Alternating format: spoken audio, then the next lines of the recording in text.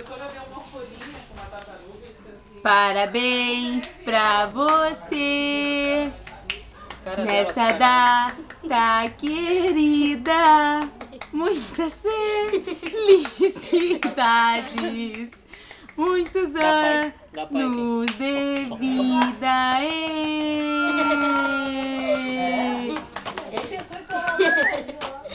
João.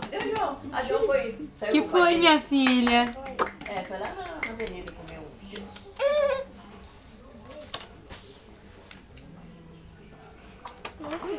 Um pra cada lado? Fala com tudo barato. Arthur, cadê a prima, Arthur? Cadê a prima, Arthur? Opa! Força, hein? Eu coloco umas almofadas e mesma coisa. Ah, mas esse é machão mesmo, hein? Tá bom. Espera aí. Não dói.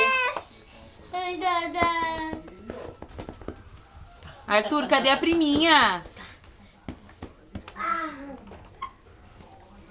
Viu? Se eu quiser, eu te derrubo. É teimoso, quer mexer na tomada. Ó, linda, ó teu brinquedo aqui, ó. Aqui, ó. Esse guri é um abuso, esse guri é um abuso.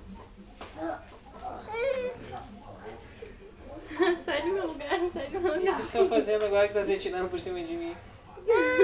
Opa. Ai, eu tô me incomodando contigo, guri. Ai, guri, eu tô me incomodando contigo. Ai. Vai dar cabeçada no primo, filha. Que isso, Yasmin? Não. Ai, beijinho nele. Ele vai chorar, pai? Deixa, agora ele sentiu um pouco também, ó. Tira, pai. É só no meu, é colírio dos anos de pimenta? Não. Ai, desculpa. Vou te quebrar, Me arruma, pai, me arruma. Opa! Se assim. Ah!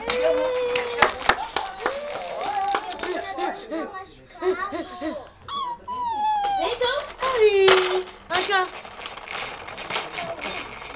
Você levanta, Hulk.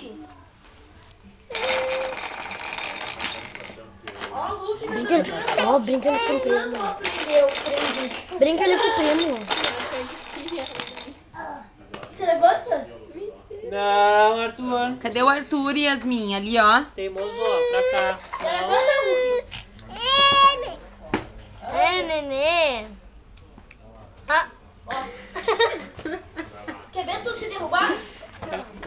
Carinho, ó. Ó, não. Eu vou te derrubar assim, ó. Deu, mas